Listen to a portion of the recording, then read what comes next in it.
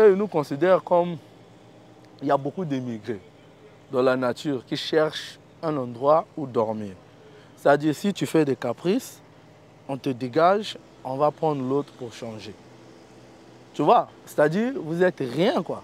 T'es noir, t'es pas chez toi, donc t'as pas d'ordre à nous donner, quoi. Il faut se soumettre et puis voilà, faire tout ce qu'on te dit.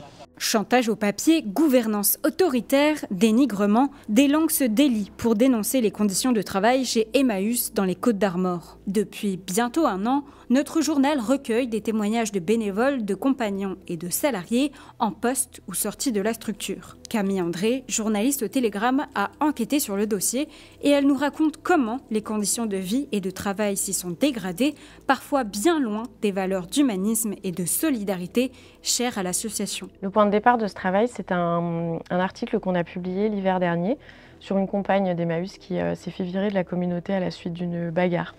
Après ce papier, on a commencé à recevoir beaucoup de témoignages de compagnes et de compagnons qui nous racontaient tous la même chose en fait. Eux, ils disent ça parfois comme ça ouvertement pendant les réunions. Si vous ne jouez pas au jeu, ça risque de compliquer vos dossiers, vos affaires. Si tu fais parce qu'on te demande, correct ou pas, parce que de toute façon, même si tu as été correct avec eux, c'est eux qui décident.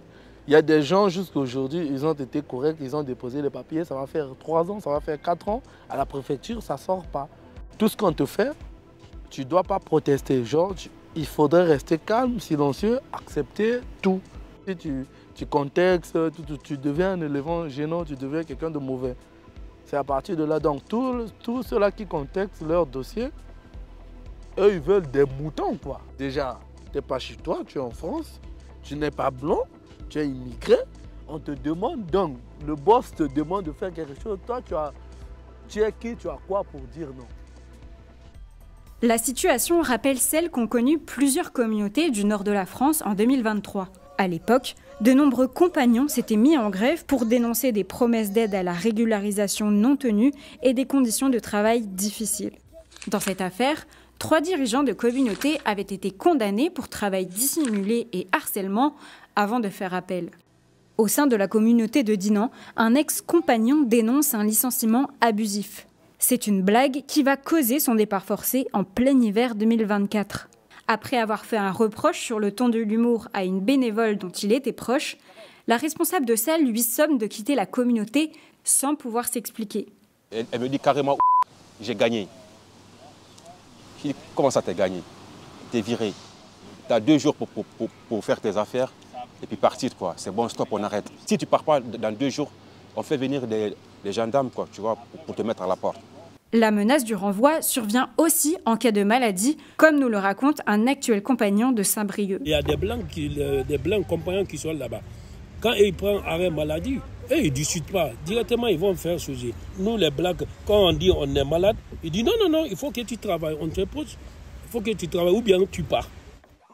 Ces témoignages n'étonnent pas le secrétaire général CGT des Côtes-d'Armor qui en a recueilli des similaires. Voilà. Souvent, ce sont les mêmes problématiques qui ressurgissent. Conditions de travail catastrophiques, surtout l'hiver, du racisme, du management violent, rigide, très autoritaire, un manque de transparence du fonctionnement d'Emmaüs et puis du chantage un petit peu au dossier, du chantage au papier, quoi. Pour lui, la promesse sociale d'Emmaüs n'est pas tenue dans son secteur.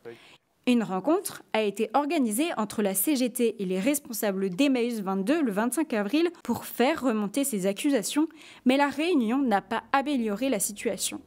On serait dans une entreprise ou un établissement ou une administration classique régie par le Code du travail et protégée par des comités des formations spécifiques de conditions de travail et de santé, c'est des choses qui ne passeraient pas.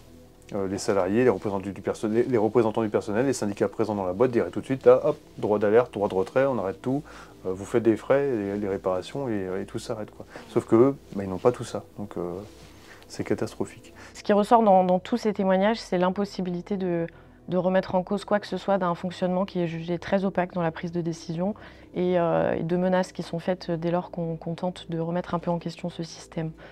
Au mois de juin, Emmaüs France a été alerté dans un long signalement de 7 pages de la situation d'Emmaüs dans les Côtes-d'Armor.